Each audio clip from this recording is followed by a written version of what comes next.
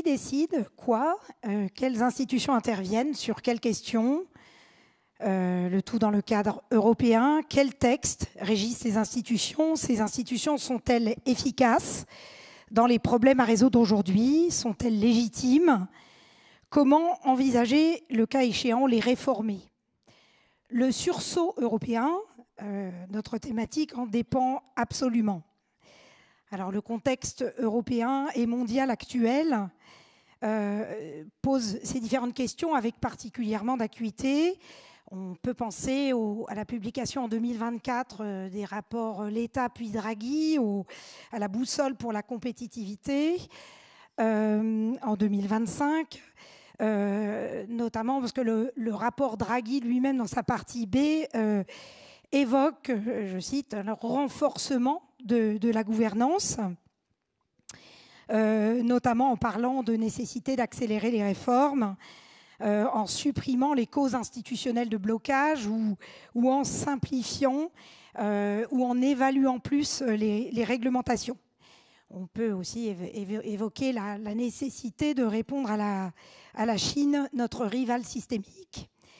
Il n'y a pas que les questions économiques, les questions géopolitiques qui nous préoccupent aujourd'hui posent ces mêmes questions. Les volontés de puissance de la Russie, de Poutine dans le cadre de la guerre en Ukraine, ou encore la mort ou la remise en cause de l'atlantisme avec l'avènement de Trump.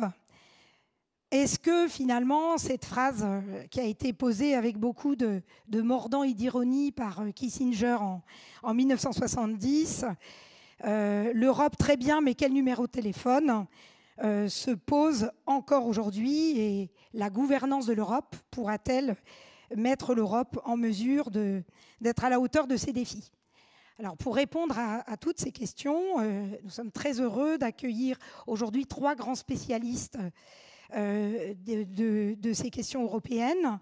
Alors, Sylvie Goulard, qui est un peu en retard et qui nous rejoindra, je pense, au cours de la première partie.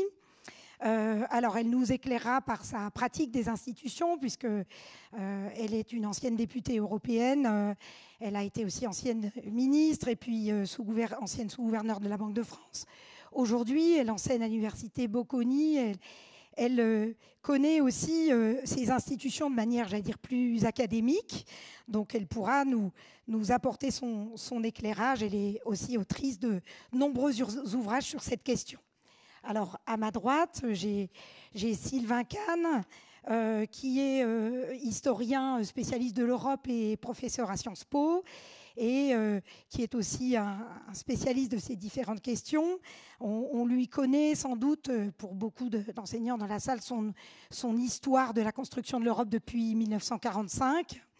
Et puis, plus dernièrement, en 2025, un petit ouvrage assez décapant sur la mort de l'atlantisme et les questions que cette mort de l'atlantisme pose à l'Europe.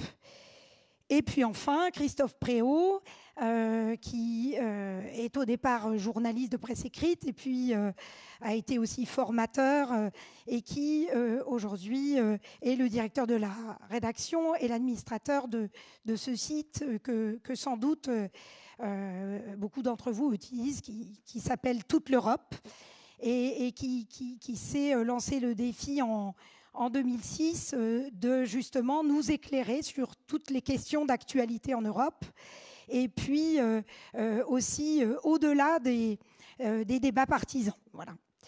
Donc, je vous propose de répondre à ces différentes questions en 3 temps.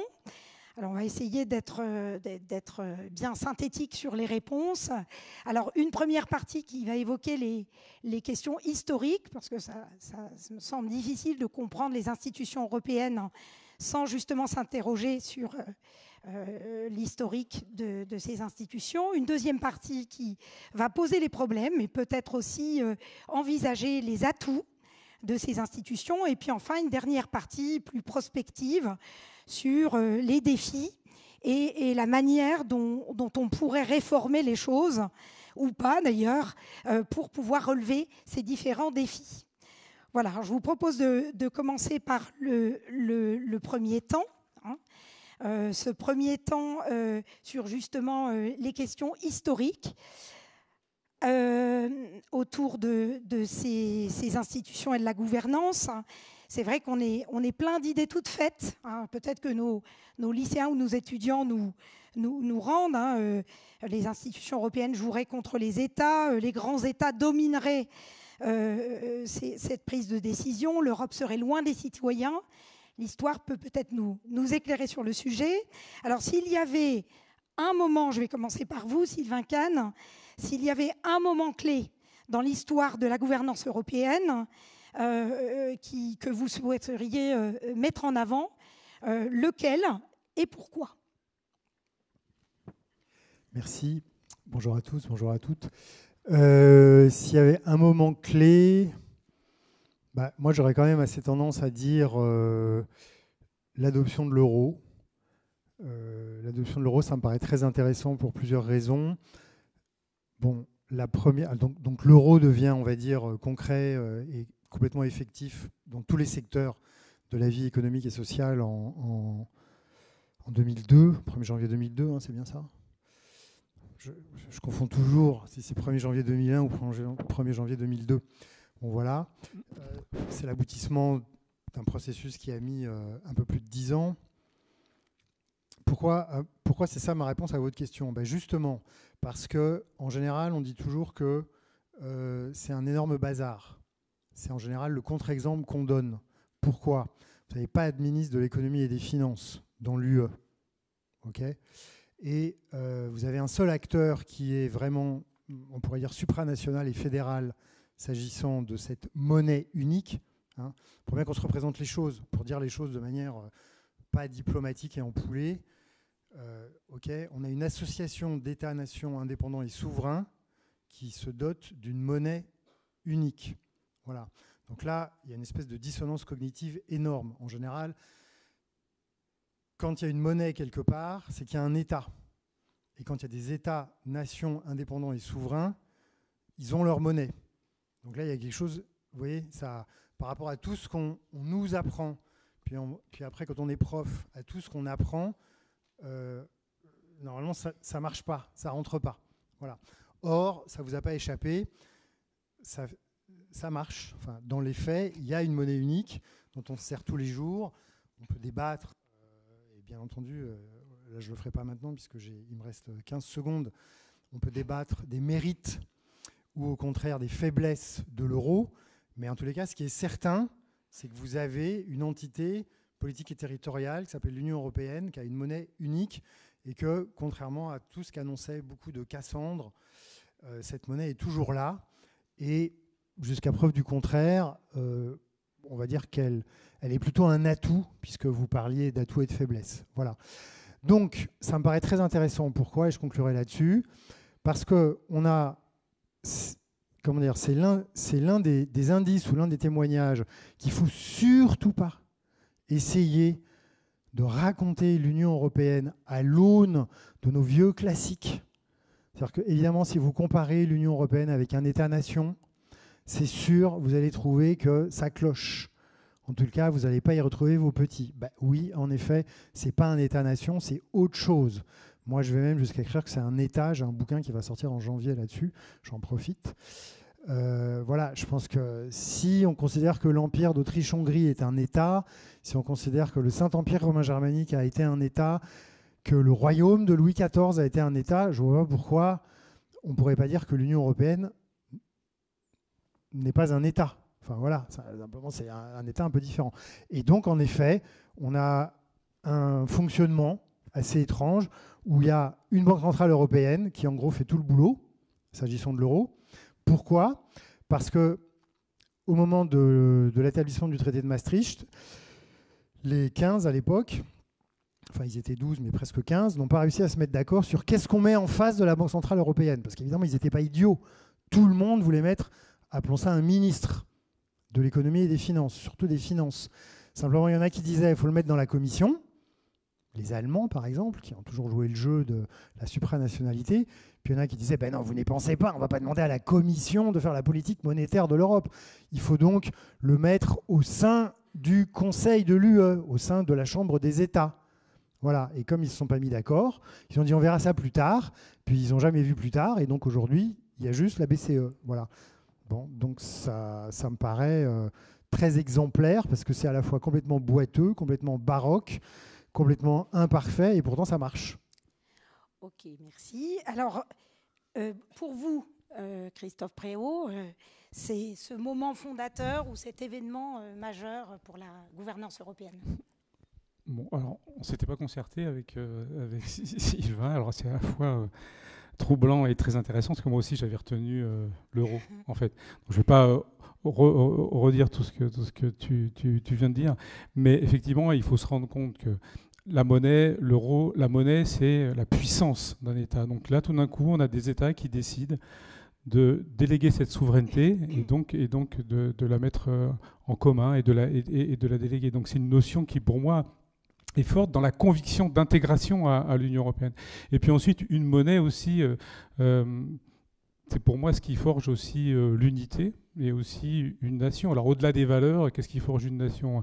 Un hymne, un drapeau, mais aussi le fait de pouvoir justement pouvoir échanger librement et avoir cette monnaie. Donc pour moi, c'est un acte assez fort. Bon, comme je suis journaliste, j'avais prévu aussi deux éléments, donc je vais rebondir sur autre chose. On parle de gouvernance, et pour moi, ce qui est important aussi, si on parle de gouvernance, c'est aussi, même s'il y a beaucoup de choses imparfaites, la résilience aussi de l'Union européenne aujourd'hui.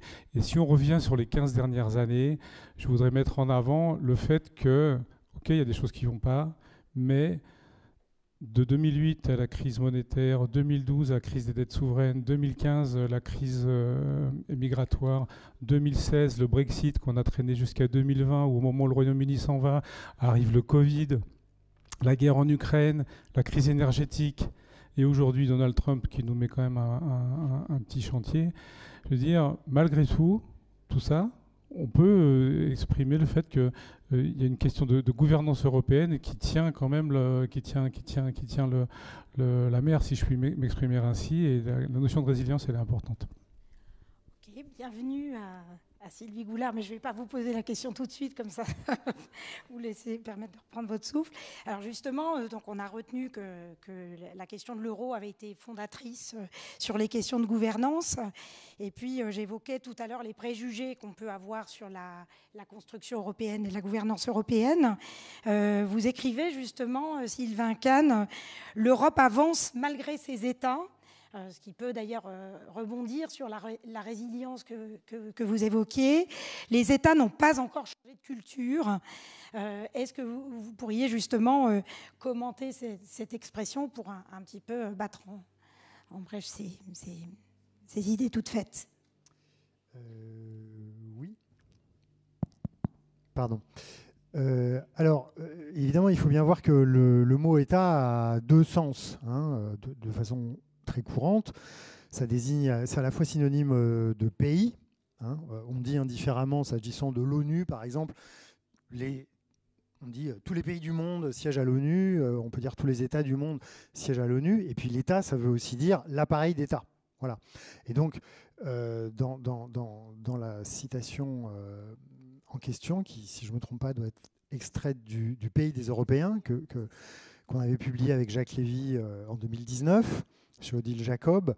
Là, on vise les États au sens des appareils d'État. Alors évidemment, c'est une distinction, comment dire, pour la discussion, parce que c'est vrai que précisément, si État est synonyme de pays, hein, nous on considère que pays c'est l'État, l'organisation étatique, plus la société que cet État, on va dire, organise. Hein.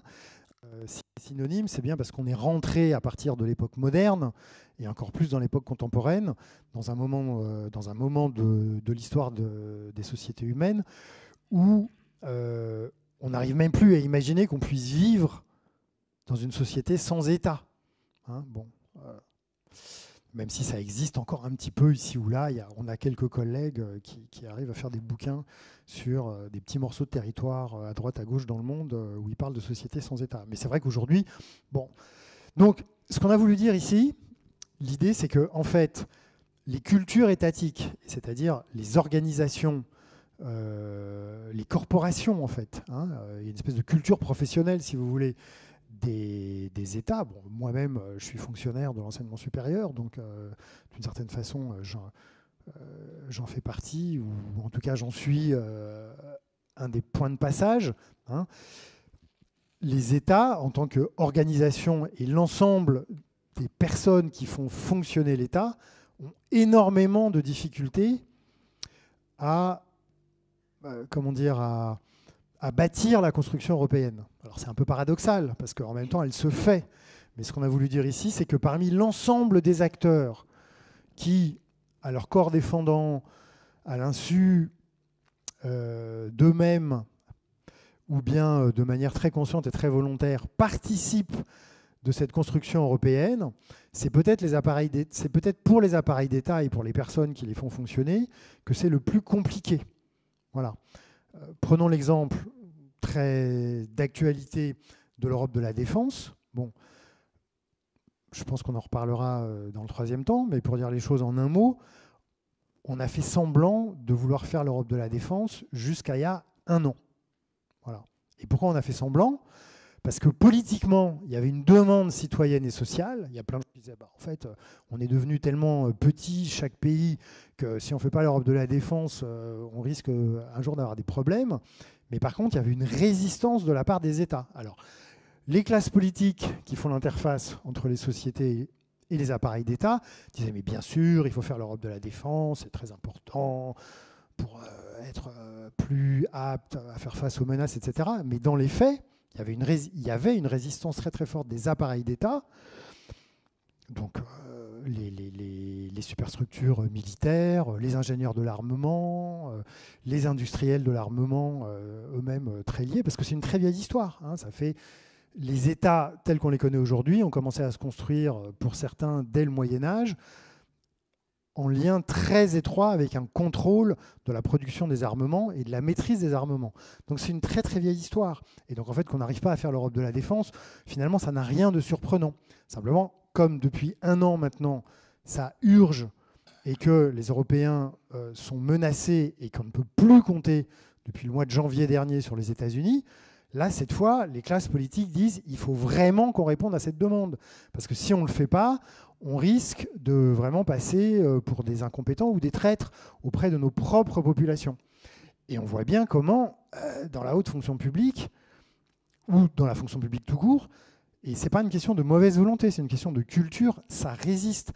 La mutualisation de la souveraineté étatique, c'est assez logique que les acteurs de cette souveraineté étatique qui héritent de 5 siècles de culture historique aient du mal à le faire. C'est ça qu'on a voulu dire. Ok. Donc justement sur cette question des États et de leur résistance, on peut peut-être évoquer le point particulier du défi des élargissements. Christophe Préau, oui. Voilà, le défi que ça a constitué en particulier pour la gouvernance européenne.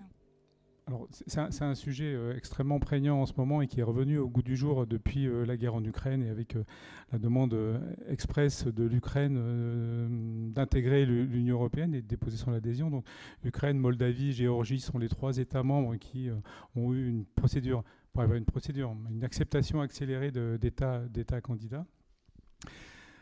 Aujourd'hui, déjà, piloter à 27, c'est pas toujours très évident de vraiment de se mettre d'accord. On reviendra peut-être tout à l'heure aussi sur le processus de décision.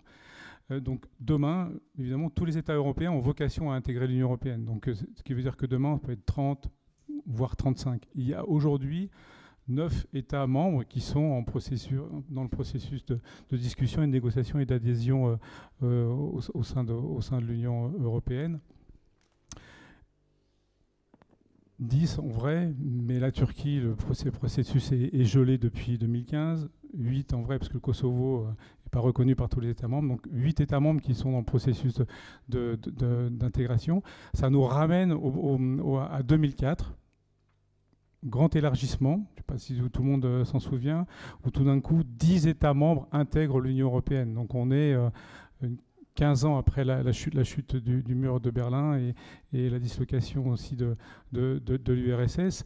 Ce grand élargissement, c'est une date hyper importante. 8 États anciens dits de l'Europe de l'Est, simplement Chypre et Malte font le 9 et 10. est-ce que l'Union européenne était prête à l'époque à intégrer vraiment, est-ce que tous ces États membres étaient prêts à ces États aujourd'hui membres étaient prêts à intégrer l'Union européenne? Sûrement non. C'était un geste politique extrêmement fort pour leur dire vous faites partie de la famille occidentale. Mais ça a bouleversé complètement l'ordre établi au sein des institutions, avec l'épicentre décisionnaire s'est un peu déplacé vers l'Est, avec des préoccupations qui étaient complètement différentes de ce que pouvaient les avoir au moment les pays occidentaux, des ambitions avec des projets extrêmement différents. Et les élargissements tels qu'ils se posent aujourd'hui se posent aussi une autre question dans le terme de développement, parce que intégrer un pays européen, c'est aussi faire en sorte qu'il intègre aussi l'économie européenne. Et vous le savez, à travers la politique de cohésion, à travers la politique régionale, une grande partie des fonds européens vont aussi dans les régions les moins développées pour rattraper les régions les plus développées. Donc aujourd'hui, la question de l'élargissement, elle se pose en termes de gouvernance, mais elle se pose aussi en termes économiques pour savoir, et c'est l'inquiétude qu'ont beaucoup d'États membres, et aussi, je pense aussi certains citoyens qui sont au fait des choses, et aussi d'élus, de se dire demain, les fonds que nous avons, nous, dans nos régions extrêmement développées, est-ce qu'ils ne vont pas aller demain dans les États qui devraient intégrer demain l'Union européenne et qui forcément auront besoin pour rattraper leur retard.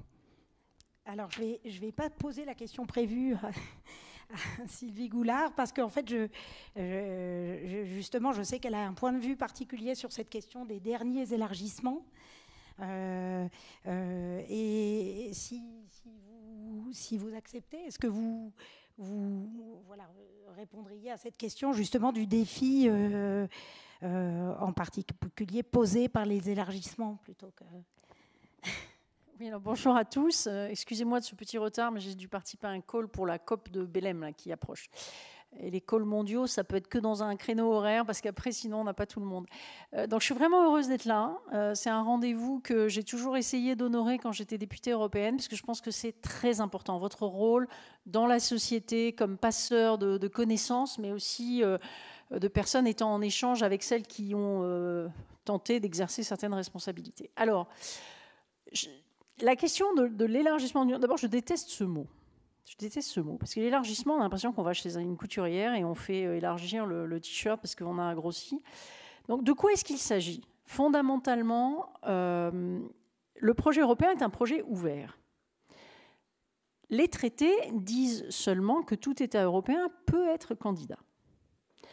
Et donc moi, ce que j'ai essayé de faire depuis 2004, à la fois parce que j'ai travaillé avec le président Prodi à ce moment-là, quand on a porté cette première très grande vague d'élargissement post-chute du mur de Berlin, et aussi parce qu'il y avait la question de la Turquie qui se profilait, c'est de déplacer le projecteur et d'arrêter de regarder si les pays qui veulent nous rejoindre sont comme ceci ou comme cela, ce qui d'ailleurs est normal, ça fait partie du processus, on vérifie un certain nombre de choses, mais qu'on se regarde un peu nous-mêmes aussi. Et c'est-à-dire que qu'est-ce que ça veut dire pour le projet européen ? Tous ces beaux discours, la main sur le cœur, vous faites partie de la famille. Quand après, ce qui crée le lien, ce sont, comme ça a été dit, des politiques financées par des budgets, soutenues ou pas par des citoyens. Donc le projet européen, je préfère démarrer de là, c'est un projet qui a été construit en réaction aux deux guerres mondiales de la première moitié du XXe siècle, qui était un projet qui avait pour objectif de rapprocher les êtres humains. Si vous lisez les mémoires de Jean Monnet, c'est une phrase fabuleuse, ils disent « Nous unissons les hommes, nous ne coalisons pas les États ». Donc il y a une dimension humaine, il y a une dimension démocratique, il y a une dimension de participation à la décision collective. Et donc la question que nous devons nous poser, c'est pas est-ce que tel pays... tous les pays européens sont européens, qu'ils fassent partie de l'Union européenne ou pas. C'est est-ce qu'ils sont comme ceci ou comme cela, ou qu'est-ce que nous voulons faire ? Et donc, ça pose des questions. Quand, avec le président Prodi, on avait travaillé à cette vague d'élargissement qui a fait rentrer la Pologne, la République tchèque, les États baltes, la Slovaquie, la Slovénie, etc., je crois qu'il y avait une dimension stratégique qui était très juste, qui était de dire on ne peut pas avoir entre l'Union européenne et la Russie, qui en plus vit la fin de son empire comme un traumatisme, une espèce de ventre mou. Je crois que la justification était là. Mais ça n'empêche pas de tirer quelques leçons de ce qui s'est passé. Or, ce qui s'est passé, c'est qu'on a tenté d'améliorer les institutions. À l'époque, on a dit, OK, on a plus de membres, ça crée un nombre plus grand de décideurs autour de la table, ça crée une hétérogénéité beaucoup plus forte, mais on va essayer de renforcer les institutions. D'où la convention qui a été organisée, qui était majoritairement composée de députés nationaux, je le rappelle parce qu'on a tendance à l'oublier, et tout ça a permis d'arriver à ce qui devait être un traité constitutionnel qui malheureusement a été rejeté dans 2 pays, je signale quand même approuvé dans 19, parce que ça on l'oublie en France. Donc on a fait après ce qu'on a pu. Mais disons qu'en tout cas, l'idée c'était d'un côté, on accueille des pays qui ont été meurtris par l'histoire, qui font totalement partie de l'Europe, et on accompagne ça par des transformations de la prise de décision. Un certain nombre de choses ont été réussies. D'ailleurs, on a donné la personnalité juridique à l'Union, on a étendu le champ de la majorité qualifiée, parce que vous ne pouvez pas continuer à décider à l'unanimité avec un nombre extrêmement élevé. Mathématiquement, je vois, il y a des matheux ici, puis on est dans l'ancienne école polytechnique. Quand vous augmentez le nombre de pays, vous réduisez considérablement la possibilité de décider. Donc, moi, ce qui me choque aujourd'hui, et la raison pour laquelle j'ai publié un petit bouquin là-dessus il y a maintenant presque 2 ans, c'est que ce n'est pas que nos gouvernements, pour des raisons qu'on peut comprendre, encore une fois, vis-à-vis d'un peuple martyr comme l'Ukraine ou vis-à-vis de la Moldavie qui est menacée dans son existence, etc., on décide d'essayer de faire des choses avec eux. C'est qu'il n'y a pas du côté de nos gouvernants et de la Commission un plan qui dise voilà comment nous pensons que ça pourrait marcher, voilà les sommes dont on a besoin, parce que le rattrapage serait infiniment plus grand que dans les cas précédents. Enfin, je ne veux pas rentrer dans trop de détails, je ne veux pas être trop longue. Mais donc, vous avez une question de mode de décision, vous avez une question d'acceptation démocratique. Est-ce qu'il y a suffisamment de débats pour que les citoyens des anciens pays et des nouveaux pays soient prêts à vivre les uns ensemble les uns avec les autres? Est-ce qu'on se connaît? Est-ce qu'on développe des types de coopération, des échanges, etc. Est-ce qu'on apprend, par exemple, un peu les langues des nouveaux pays? Moi, je suis fascinée. Enfin, il y a peut-être des professeurs aussi proches de l'Espagne, mais enfin, on apprend l'espagnol à 60% des petits Français. Personne n'a eu l'idée de leur dire on pourrait peut-être former quelques personnes à parler polonais dans ce pays. Bon, enfin bref. Mais tout ça fait qu'on a des questions institutionnelles, mais pas seulement. Pour moi, on a une question humaine, on a une question démocratique qui risque, et c'est ça le pire, qui risque de faire capoter l'entreprise. Et sincèrement, faire des promesses à des gens à qui dont on a enlevé les enfants, enfin les Russes ont enlevé des enfants ukrainiens, qui vivent sous les bombes, qui doivent affronter des drones. Et nous arrivons avec notre méthode, qui a pu avoir ses mérites par le passé, mais qui est une méthode assez technocratique de discussion, et sans discuter. Moi, je suis très frappée qu'Ursula von der Leyen aille plus à Kiev que dans les anciens États membres. Je crois qu'on a besoin d'entendre aussi les membres de la Commission, beaucoup plus, qui viennent nous expliquer beaucoup plus ce qui se passe. Et vous avez sans doute vu qu'en 2024, lors de l'élection européenne, il y a eu très très peu de débats sur ce projet qui est monumental. Alors c'est très bien, parce qu'on a déjà glissé sur le deuxième temps, qui est le temps des problèmes posés par la gouvernance telle qu'elle existe aujourd'hui. Alors je vais vous repasser la parole, Sylvie Goulard. Vous dites justement que les procédures de décision restent lourdes, peu transparentes, peu démocratiques. Vous utilisez les expressions de tour de Babel, d'eurocrates qui s'ignorent. Vous aimez bien aussi mettre en avant les paradoxes ou les discordances qu'il existe sur le sujet. Est-ce que vous pouvez nous évoquer une problématique concrète, un exemple dans lequel particulièrement toutes ces difficultés de gouvernance se sont posées et n'ont pas trouvé leur solution, justement? D'abord, quand on est français en ce moment, sur les difficultés de la gouvernance, il n'y a peut-être pas que vers Bruxelles qu'il faut tourner les yeux. Je crois qu'il faut toujours raison garder. Aucun système n'est parfait. Aucun système n'est parfait, premièrement. Deuxièmement, ce que nous essayons de faire en Europe est beaucoup plus difficile que de décider dans un cadre national. Ça a été dit tout à l'heure, il y a une prégnance culturelle, il y a des habitudes, il y a des manières, il y a des rapports, par exemple, à la dette qui sont différents d'un pays à l'autre. Bon. Donc tout ça est compliqué. Et d'ailleurs, c'est assez marrant parce que je ne veux pas chipoter, mais je ne sais pas où vous avez trouvé ce que j'aurais dit. Parce que ma critique principale n'est pas celle qu'on entend le plus possible. Moi, l'organe, sincèrement, qui me pose le plus de difficultés en ce moment, c'est le Conseil européen. C'est-à-dire qu'on a confié, donc juste rapidement, dans l'histoire de l'Union européenne, donc il y avait ce qu'on appelait la méthode communautaire, avec cette institution un peu originale qu'est la Commission, on pourra y revenir, etc. Pourquoi il y avait la Commission? Parce que Monnet avait vécu la Société des Nations, dans laquelle il avait vu que la coordination d'États strictement souverain et qui entrechoquent leur souveraineté peut n'aboutir à rien. Donc ceux qui vous disent « de toute façon, on va faire l'Europe des États et des nations et ça marchera très bien », historiquement, en tout cas, ça n'a pas marché. Donc, on avait essayé d'inventer quelque chose qui était la méthode communautaire. Vous avez un organe en charge de l'intérêt national. Ce n'est pas lui qui décide dans pas mal de domaines, hein, mais qui donne après la décision au Conseil des ministres, où sont représentés les États, au Parlement européen, où sont représentés les peuples directement. Bon. En 1979, on a décidé d'élire au suffrage universel le Parlement européen et monter un peu en puissance, mais à l'époque, ça n'était pas une institution, le Conseil européen. Qui était quoi? Qui était une invention de Valéry Giscard d'Estaing consistant à dire il faut que les chefs, les grands chefs, là, les présidents, les chanceliers, tout ça, se parlent un peu et des échanges réguliers. Sauf qu'avec le traité de Lisbonne en 2009, le Conseil européen est devenu une institution de l'Union. Et c'est là qu'on a franchi une étape où, à mon avis, on n'a pas tout à fait mesuré ce qui se passait. Et je vais vous me demander d'être concrète. J'étais parlementaire européenne quand la crise financière a eu lieu. Donc on a eu à gérer des situations qui étaient des situations d'abord urgentes, puisque souvent le vendredi on arrêtait, les marchés se fermaient, il fallait trouver une solution avant le lundi matin, ce qui d'ailleurs par rapport à la défense est déjà un temps très long, hein. Mais enfin bon, disons qu'on avait des besoins de discussion urgents, mais qu'est-ce que vous avez au Conseil européen? Vous avez chacun des membres qui composent le Conseil européen est légitime dans son pays. Vous avez, à l'époque, c'était la chancelière allemande ou un chancelier allemand, vous avez un président de la République française. Bon, certains ont été élus directement, d'autres ont été élus au travers des procédures parlementaires, peu importe. Mais chacun n'a jamais été élu que dans son pays. D'accord? Donc, il s'enferme.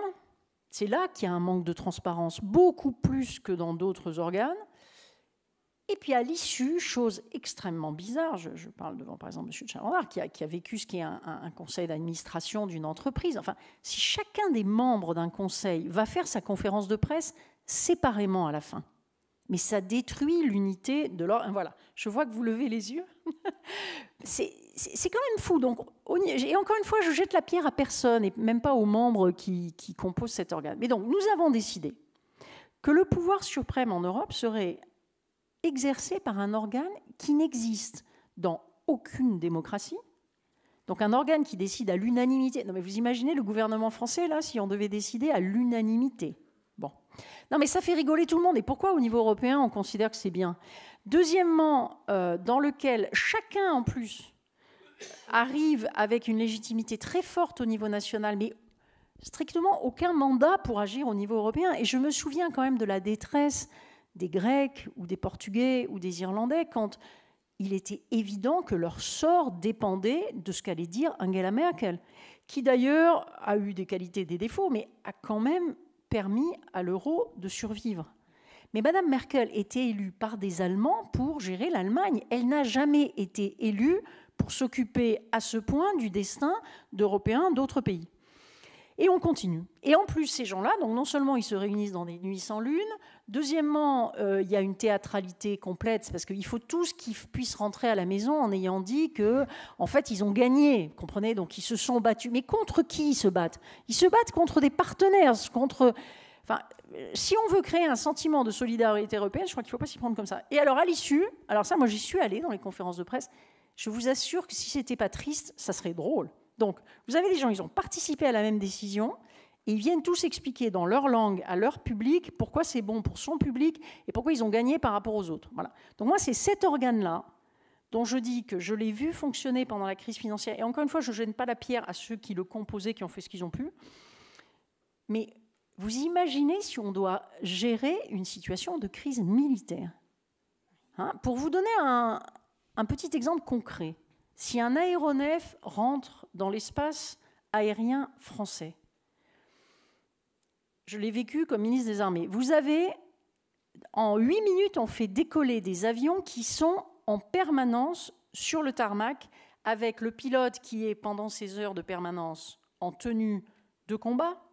Le plein est dans l'avion, ce qu'on ne fait jamais il n'y a jamais des avions qui sont sur un tarmac avec un plein. Donc il y a sur le territoire français des avions qui sont prêts à décoller en l'espace de 8 minutes pour essayer de sortir un aéronef qui peut être un avion dont le pilote a fait une erreur. Bon, dans ces cas-là, ça va assez vite, 3 sommations, et puis le pilote retourne dans la voie dans laquelle il devait être. Mais ça peut être des terroristes qui ont détourné un avion et qui veulent venir précipiter un avion de ligne sur la tour Eiffel. Okay ? Voilà le délai dans lequel il faut qu'on arrive à décider. Est-ce que vous pensez que c'est sérieux de dire que c'est le Conseil européen qui décide? Après, quand même, je tiens à préciser que jusqu'à présent, les traités n'ont jamais prévu de mise en commun de compétences en matière de diplomatie ou de défense. Donc moi, ce qui me gêne le plus, ça n'est pas éventuellement qu'on ait un système national quand on a décidé que le système devait être national. Ce qui me gêne, c'est qu'avec un système qui est purement national, aucune capacité exécutive pour décider suffisamment rapidement, on ait des gens qui viennent vous parler avec la main sur le cœur de très belles choses qu'on va faire en Europe, etc. Et ça n'est pas possible. Alors, il faut choisir. Personnellement, je vous le dis franchement, je préférerais qu'on essaye de construire, ce qui ne sera pas facile, quelque chose à une autre échelle, parce que je pense que le monde étant ce qu'il est, c'est un peu difficile de rester seulement au niveau national. Mais encore une fois, et je le dis avec beaucoup de respect, on ne considère pas qu'on pourrait gérer une commune de cette manière-là, on ne considère pas qu'on pourrait gérer un pays de cette manière-là, on ne considère pas qu'on pourrait gérer une entreprise de cette manière-là. Donc il y a un moment où il va falloir que les Européens soient sérieux et qu'ils abandonnent le nationalisme. Dernière chose, comme j'ai eu la chance d'assister au Conseil des gouverneurs de la Banque centrale européenne, vous voyez bien la différence. Au Conseil des gouverneurs de la Banque centrale européenne, vous avez 6 membres du board qui sont supranationaux et les 20 gouverneurs des 20 banques centrales des États qui ont l'euro. La grande différence, c'est pas qu'on ne s'engueule pas dans la salle quand les portes sont fermées, mais c'est qu'à l'issue, il n'y en a qu'une personne qui sort. C'est Mario Draghi, c'est Madame Lagarde. Voilà, j'étais un peu longue parce que je ne veux pas apporter ma voix à tous ces eurosceptiques qui n'y connaissent rien et qui souvent attaquent les institutions, notamment la Commission, sans comprendre son originalité. Mais en revanche, il y a des questions fondamentales de démocratie et d'efficacité qui ne sont pas posées dans le système européen. Alors, je vais rebondir sur ce que vous disiez justement sur ce caractère des institutions, parce que je vais poser à vous la question, Sylvain Kahn. Vous utilisez un adjectif qui me fait un petit peu sourire. Vous dites finalement, c'est pas tant une question, j'allais dire, de difficulté mais d'exotisme des institutions européennes. Est-ce que vous pourriez nous expliquer justement cet exotisme? Oui, ce dont je veux parler avec ce terme, justement, c'est fait pour que ça suscite de la curiosité. Donc, merci, ça veut dire que ça marche. C'est que, précisément, parce disons, si on fait un sondage ou qu'on fait circuler le micro, je pense que pour chacun d'entre nous, on a une idée assez claire, pas forcément détaillée et précise, mais assez claire du fonctionnement d'un État centralisé, on va dire, et puis d'un État fédéral. Voilà. Bon, hein, donc tout le monde sait, même si encore une fois, il n'y a pas besoin de rentrer dans le détail, que l'Allemagne ou la Suisse ou les États-Unis sont des pays fédéraux, que donc il y a une espèce de répartition des compétences pour aller très vite entre des États fédérés, un niveau, on va l'appeler local, même s'il y a des États fédérés qui sont très vastes, et puis un État fédéral qui s'occupe de certaines choses seulement, pour aller vite là aussi, qui sont plutôt des prérogatives dites régaliennes. Bon, voilà. Et s'agissant de l'Europe, bon, alors, disons, on a quelque chose, je ne veux pas du tout dire que l'Europe est un État fédéral, hein, c'est pas ça que je veux dire. J'ai dit tout à l'heure que c'était quelque chose d'un peu baroque, d'un peu étrange. C'est pas parce que c'est étrange et baroque qu'il ne faut pas se demander s'il ne faut pas l'appeler un État, mais en tous les cas, on ne peut pas dire que l'Union européenne, c'est comme les États-Unis, ou comme l'Allemagne, comme la Suisse, ou comme le Nigeria, ou comme l'Inde. Mais en tous les cas, il y a des points communs. Voilà. Bon. Simplement, on n'aide pas les citoyens européens à s'en rendre compte et à s'approprier les institutions en question. Parce qu'on leur donne des noms qui sont tous sauf familiers. Voilà. Par exemple, quand on est un élève, soit, si je ne me trompe pas, de troisième, de première ou de terminale, on sait tous, même si ça ne revient pas immédiatement à l'esprit, mais c'est quelque part, qu'aux États-Unis, il y a un Sénat. Et que ce Sénat n'est pas l'équivalent de de l'Assemblée des députés qui s'appelle la Chambre des représentants. On sait vaguement qu'en Allemagne, il y a une chambre haute qui représente justement les États fédérés. Bon. Alors, il se trouve que dans l'Union européenne, on a quelque chose qui ressemble un peu à ça. D'ailleurs, Sylvie en parlait tout à l'heure, enfin, en parlant d'un des deux visages de ce qui ressemble un peu à un Sénat européen, mais qu'on ne veut surtout pas appeler Sénat européen. Pourtant, on a bien une chambre des États. Alors, il se trouve que c'est particulier parce que ça reste des États souverains, indépendants, et ce ne sont donc pas des États fédérés. Et il y a même cette chose assez rigolote dans l'Union européenne, qu'on a même un schéma inversé. C'est-à-dire que jusqu'au traité de Maastricht, on a plutôt donné à ce qu'on pourrait appeler le niveau fédéral ou supranational compétences sur des domaines qui sont dans la plupart des États fédéraux du monde, des compétences déléguées aux États fédérés. Voilà. Et puis, on a laissé aux États membres les compétences régaliennes, jusqu'au fameux traité de Maastricht et la monnaie, on en parlait tout à l'heure. Simplement, quand bien même ce que je viens de dire correspond à la réalité, on s'ingénie à rendre l'Union européenne non familière, non compréhensible, non appropriable, parce qu'au nom de cet écart, on préfère dire « Oh, cette Chambre des États, on ne va surtout pas l'appeler Chambre des États, on ne va surtout pas l'appeler Sénat, on va l'appeler Conseil de l'Union européenne ». Bon, là c'est évident. On a le droit à l'originalité aussi quand même. Hein. Oui, non mais on pourrait trouver un autre mot. Justement, moi je pense qu'on a le droit à l'originalité, mais si on veut que les citoyens s'approprient l'originalité et comment dire, pas l'opacité. Voilà, que ça soit pas une opacité, il faut trouver un vocabulaire qui parle aux gens. Commissaire, c'est pareil. Alors même si historiquement on voit bien pourquoi dans les années 50 on parlait de commissaire, mais prenons un cas, me semble-t-il, qui est vraiment très très parlant, le HRVP. Parce que on va dire parmi les gens qui parlent de l'Union européenne tous les jours, on dit HRVP. Tu es d'accord, Sylvie? On dit HRVP, on ne développe pas le sigle. On dit HRVP. Alors en général, là, on perd tout le monde quand on dit HRVP. Alors si on développe le sigle, on va dire haut représentant pour la politique étrangère et de défense, vice-président de la Commission européenne, donc là, les gens ne voient pas très bien de quoi il s'agit. Et bien entendu, enfin, on pourrait avoir un débat. Est-ce qu'il faut dire ministre européen des Affaires étrangères? En tous les cas, ce n'est pas comme ça qu'on l'appelle. Mais du coup, ça rend la chose complètement exotique. Et ce n'est pas parce qu'elle est originale. Non, mais ce qui se conçoit bien s'énonce clairement. La volonté n'a. Non, mais HRVP, c'est vraiment pas clair. Mais ce n'est pas un ministre puisqu'il n'a pas de compétences. En fait, le problème, c'est qu'on a dit qu'on faisait des choses sans les faire. Voilà. Donc, on a mis des noms. Alors, la Commission européenne, c'est différent. Mais ce que tu soulignes, pour moi, le problème, c'est pas qu'il s'appelle HRVP ou Tartampion, c'est qu'il n'a pas ou elle n'a pas de pouvoir. Okay, donc, on peut toujours se raconter des histoires ou déplorer que les gens ne se reconnaissent pas. Je vais vous raconter une anecdote qui est plus rigolote. J'avais une copine qui était belge, mais comme représentante de la Commission en France. Et je vous assure que pour des Belges, les institutions de la Ve République, c'est du chinois.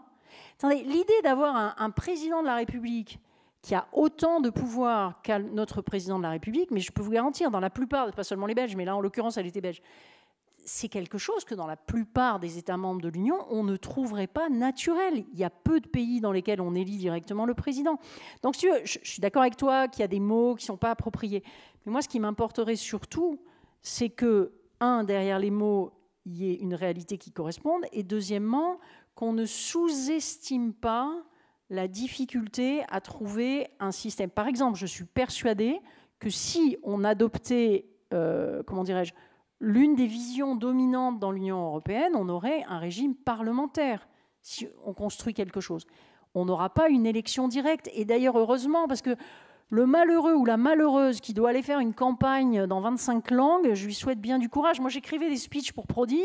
Je peux vous dire que vous n'écrivez pas... Non seulement, c'est pas seulement une question de mots, c'est qu'en italien, il faut mettre tout un espèce de d'accompagnement qui fait partie de leur culture et qu'on peut respecter. Alors en français, c'était déjà un peu plus court et en anglais, c'était des bullet points. Donc selon les publics auxquels vous parlez, vous ne dites pas la même chose. Donc c'est juste pour dire, moi je suis très préoccupée ni on dise on va copier ce qu'ont fait les États-Unis, puisqu'on n'est pas les États-Unis, ni qu'on renie complètement une certaine originalité, sauf quand elle n'a pas de contenu. Et là, tu as raison, mais le problème, c'est que notre malheureux haut représentant, d'ailleurs, vous savez pourquoi c'est toujours des femmes ou presque? C'est parce que ça n'a pas de pouvoir. Alors, Joseph Borrell n'est pas une femme, non? C'était lui le J'ai dit ou presque. Okay. Alors, comme on glisse vers les propositions et les solutions, je vais commencer par vous, Christophe Prévost, sur ces défis et ces solutions. Alors, est-ce que vous pourriez nous dire, pour vous, quel est le défi majeur qui va se présenter à la gouvernance européenne? Et puis, quelle va être la priorité de réforme, ou pas de réforme d'ailleurs? Parce que peut-être qu'on a tous les outils déjà pour résoudre les problèmes. Alors, vaste question. Je voudrais, peut-être en parlant de défis, justement revenir sur peut-être le Conseil européen, ce qui pour moi est à la fois le problème et la solution. Aujourd'hui, l'Union européenne, c'est quoi? Ce qu'on oublie un peu, toujours quand on parle d'Union européenne qui doit s'adapter, qui doit se réformer, c'est que c'est effectivement une union de 27 États. Donc 27 chefs d'État qui sont chacun responsables devant leur pays et devant leur nation. Donc planifier, avoir une stratégie de réforme ou une stratégie, le pacte vert, l'énergie, c'est prendre des décisions et c'est un temps long aussi. Et ce temps long, aujourd'hui, il est complètement bafoué. Je pense qu'on le voit aussi dans l'entreprise, mais encore plus aujourd'hui d'un point de vue politique. La fragmentation aujourd'hui au niveau des votes fait qu'on est, dans chaque État membre, on a élection anticipée sur élection anticipée.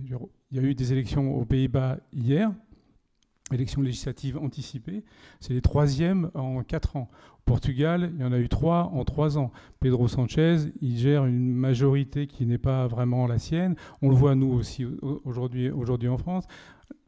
La coalition en Allemagne, Olaf Scholz, elle n'a pas tenu. Aujourd'hui, c'est Friedrich Merz. C'est-à-dire que c'est aussi difficile pour l'Union européenne aujourd'hui, à la fois de se réformer, à la fois de planifier, lorsque vous avez des chefs d'État et des premiers ministres, parce qu'effectivement, au sein des 27 États membres aujourd'hui, 24 sont plutôt des scrutins et des systèmes parlementaires avec de la proportionnelle. Voilà, ce qu'on vit aujourd'hui chez nous. Tout le monde appelle à la proportionnelle, mais donc c'est compliqué de faire des coalitions et des compromis. Mais ça veut dire que vous avez aussi des chefs d'État et des premiers ministres qui arrivent.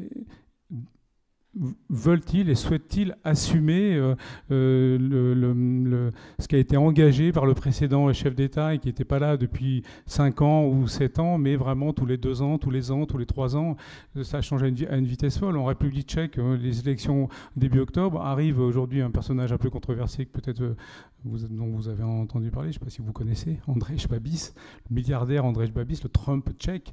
Donc aujourd'hui, on avait avant un gouvernement plutôt pro-européen, aujourd'hui lui arrive et va sans doute remettre un peu les pieds dans le plat sur le sujet, se rapprocher de la Hongrie, de la Slovaquie. Donc tout ça fait que comment est-ce qu'on travaille dans la réforme, dans une planification, dans un temps long. Voilà, et c'est là où je veux dire que pour moi, le défi, c'est celui de l'unité, ça c'est sûr. S'il n'y a pas d'unité, ça ne peut pas fonctionner dans le contexte international dans lequel on est. Pour moi, il faudrait plutôt un Conseil européen fort, un homme fort. Aujourd'hui, on a un président du Conseil européen, Antonio Costa, qui est trop effacé. Pour moi, c'est ma vision de journaliste. Et puis aussi, mais peut-être on y reviendra, pour moi, il y a une omniprésence de la Commission qui est je ne dis pas qu'elle n'est pas légitime, mais qui ne fonctionne pas aujourd'hui dans la lisibilité. Je pense qu'Ursula von der Leyen incarne, elle propose, mais elle prend trop de place par rapport à ce que sont normalement la place des chefs d'État et de gouvernement dans la gouvernance de l'Union européenne. Et pour moi, ça, c'est dérangeant.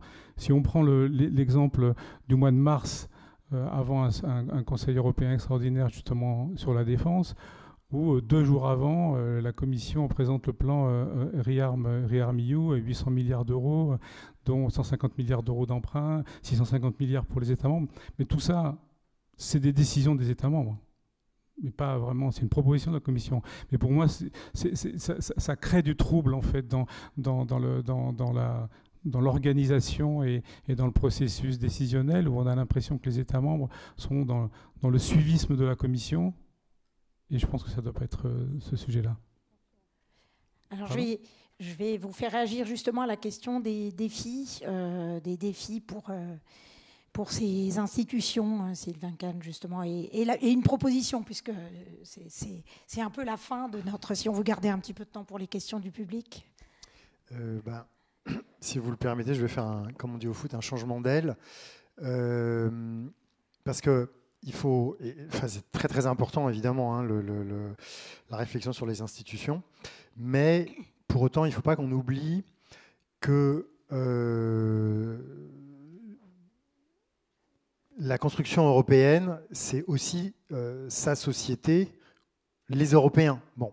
Et donc, d'une certaine façon, tout ne se résout pas par les institutions.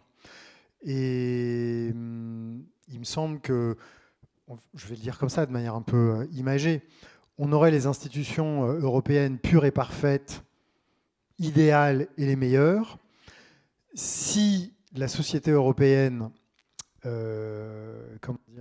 si il n'y a pas eu, sauf erreur de ma part, hein, je ne suis pas un spécialiste de l'histoire des techniques, mais sauf erreur de ma part, il n'y a pas eu d'innovation de rupture qui a été inventée en Europe depuis l'aviation en réaction, peut-être. Enfin bon, depuis au moins un demi-siècle, si ce n'est pas 75 ans.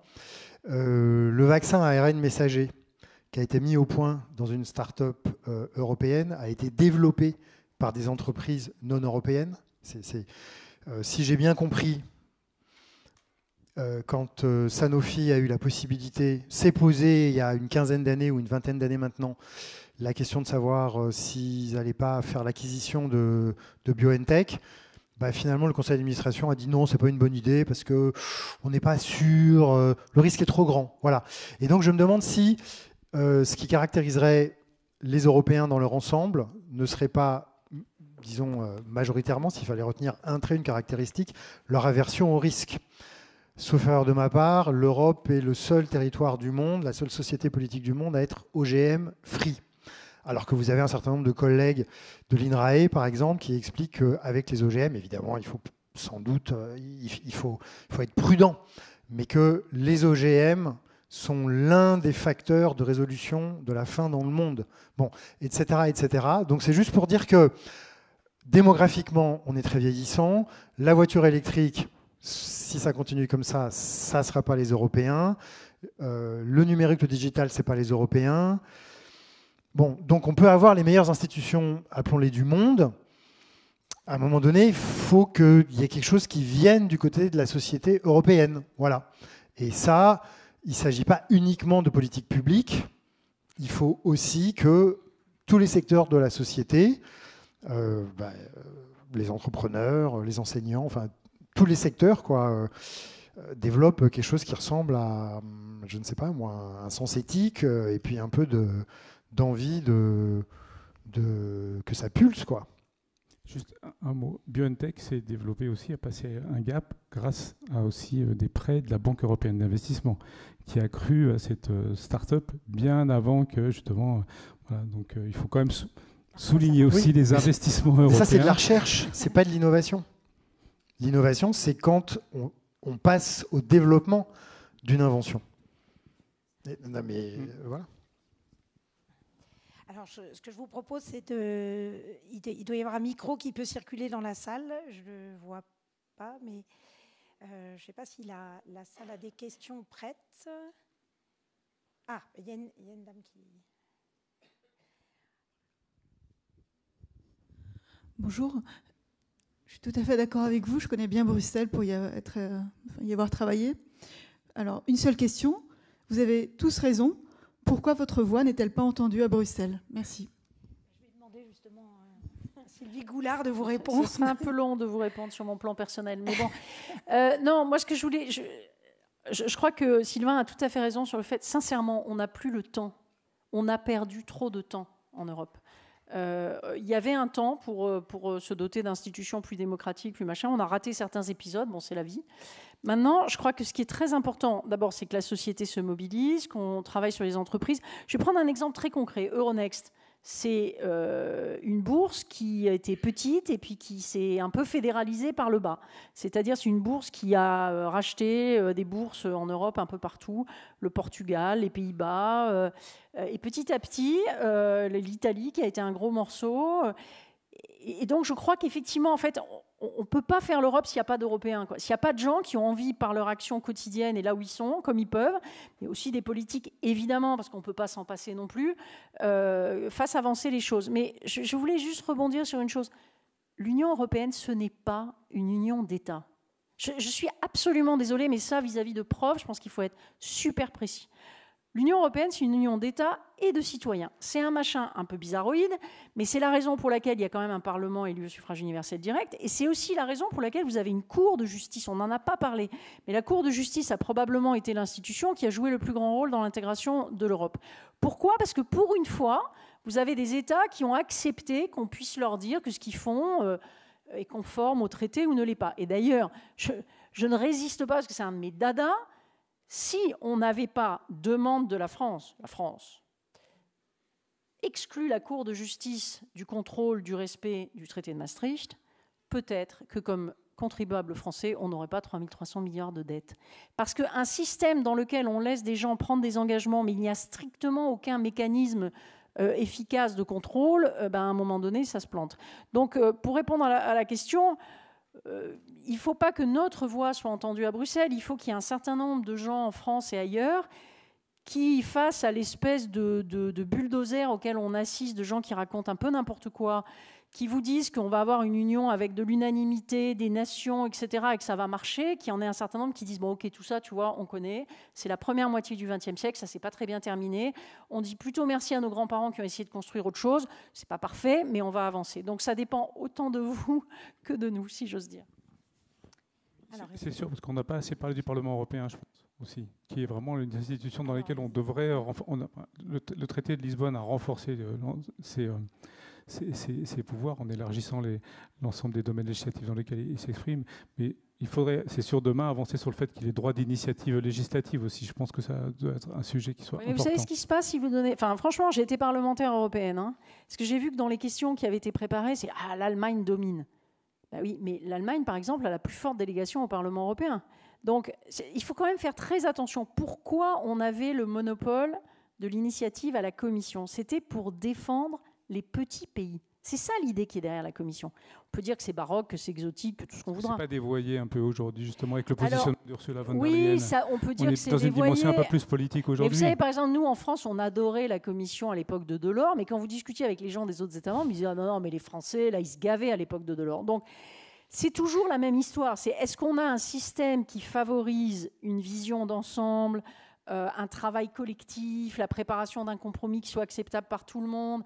Moi, je vous assure, un Conseil européen, c'est pas qu'ils ne peuvent pas le faire, mais vous n'avez aucune administration nationale qui est capable de faire le travail de préparation que fait la Commission. Bien ou mal, parfois, parce que comme toujours, il y a des gens qui travaillent bien, des gens qui travaillent mal.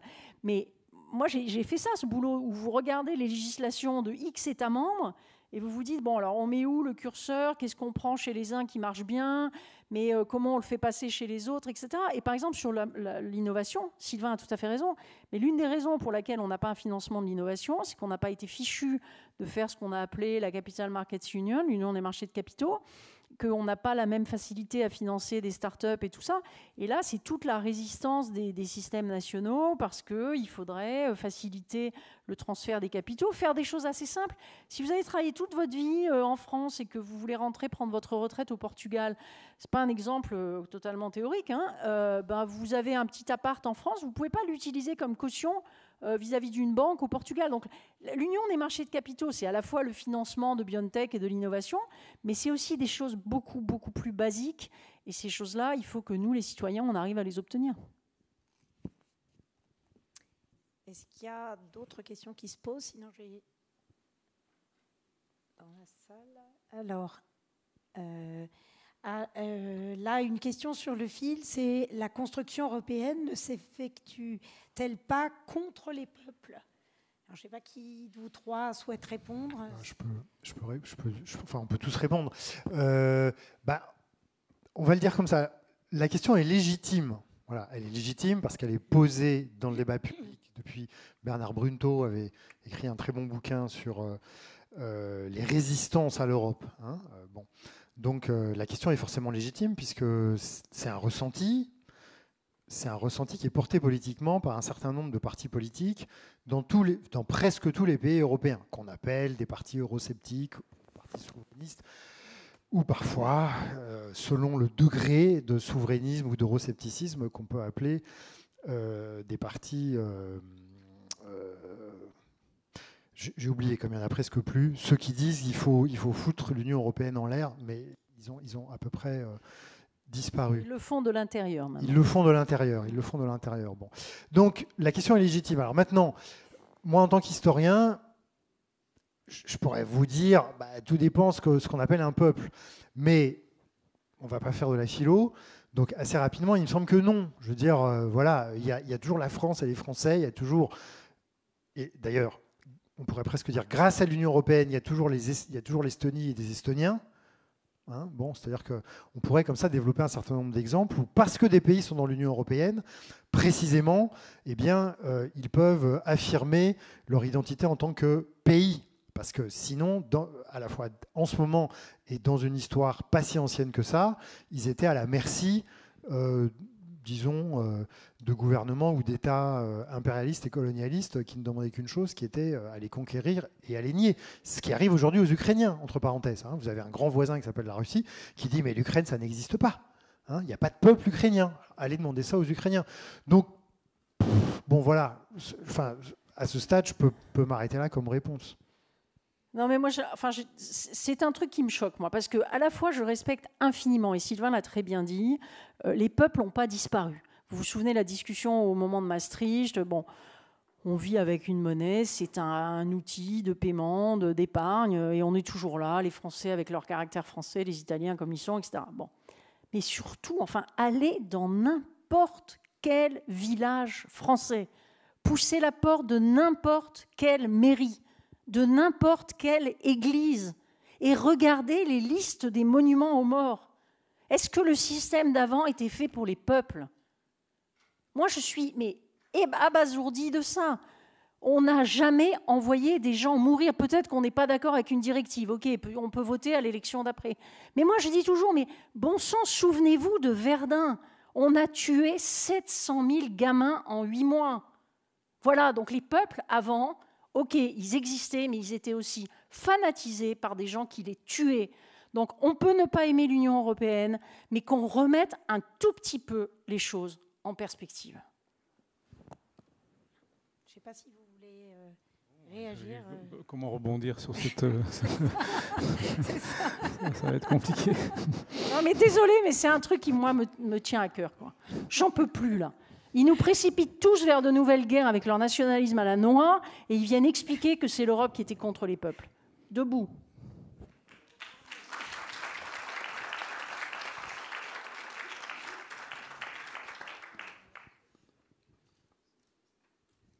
Alors c'est un peu deux fois la même question. Est-ce qu'il y a d'autres questions qui se posent ? Alors le micro va vous arriver.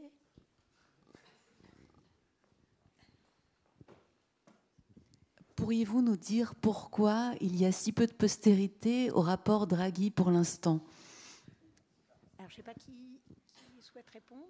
Vous y allez Je veux bien. Le rapport Draghi, donc effectivement, on a fêté, entre guillemets, les 1 an de la remise du rapport, c'était en septembre 2024, 170 recommandations. Donc, il y a un petit débat sur le fait que la Commission dit, elle estime qu'elle avance vite, et puis M. Draghi qui lui-même dit il ne se passe rien. Voilà.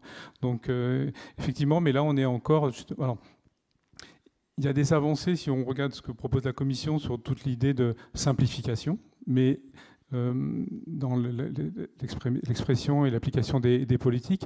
Mais là encore, il y a énormément de débats entre les délégations et au Parlement européen sur le fait que la simplification, au nom de la compétitivité aussi, sacrifie le pacte vert, par exemple, sur beaucoup de sujets. Il y a un débat aujourd'hui aussi sur la fin des ventes de voitures neuves thermiques en 2035, notamment sous l'impulsion de l'Allemagne qui veut préserver aussi son industrie automobile. Donc, l'idée de la simplification, par exemple, la commission avance. L'union des marchés de capitaux dont on parlait tout à l'heure, il y a aussi des décisions qui ont été prises, mais là encore, ça veut dire aussi une supervision, enfin, je ne suis pas un expert, hein, mais ça veut dire une supervision unique. Ce que vous disiez tout à l'heure, chaque État garde un petit peu ses prérogatives.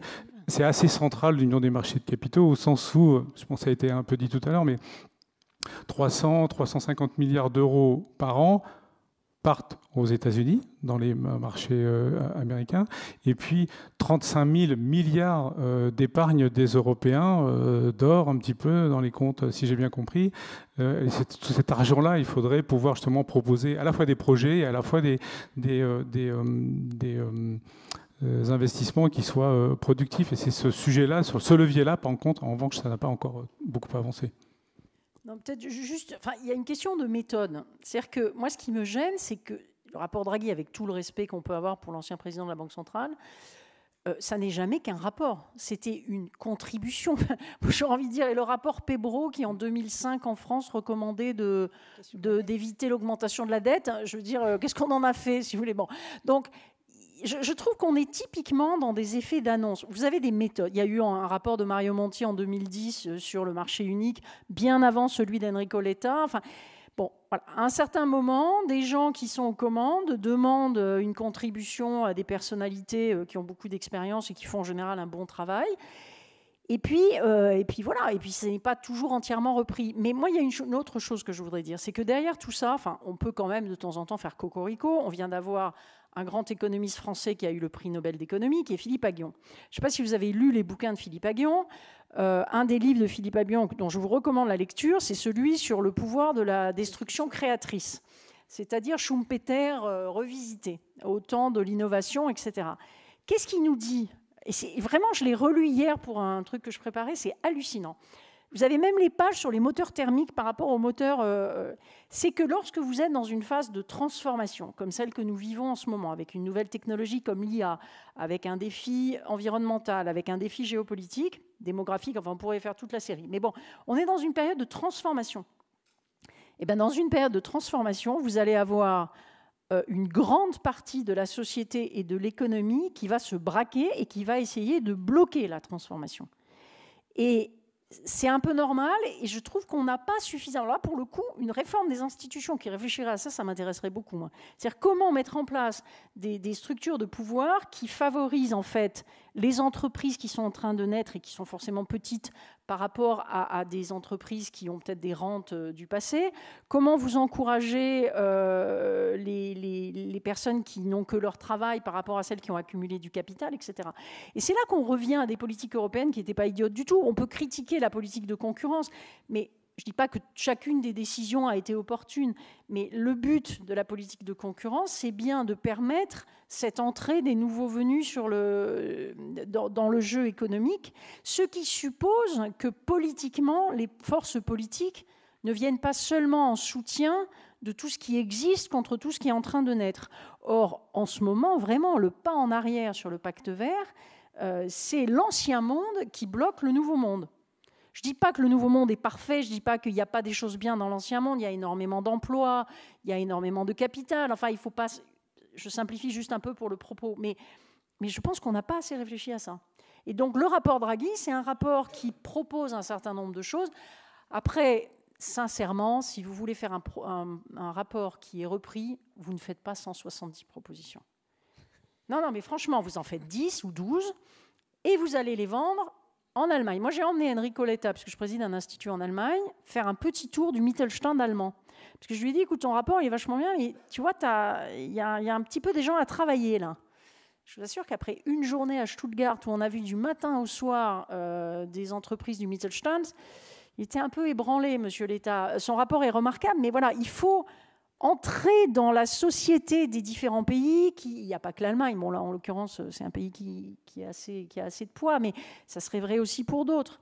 Et donc, c'est ça la difficulté. C'est que vous pouvez très bien faire un truc très, très intelligent, très bien argumenté, etc. Mais ce n'est pas pour ça que vous avez convaincu des gens de vous suivre ou de suivre ceux qui le prennent en charge et qui en font quelque chose d'autre.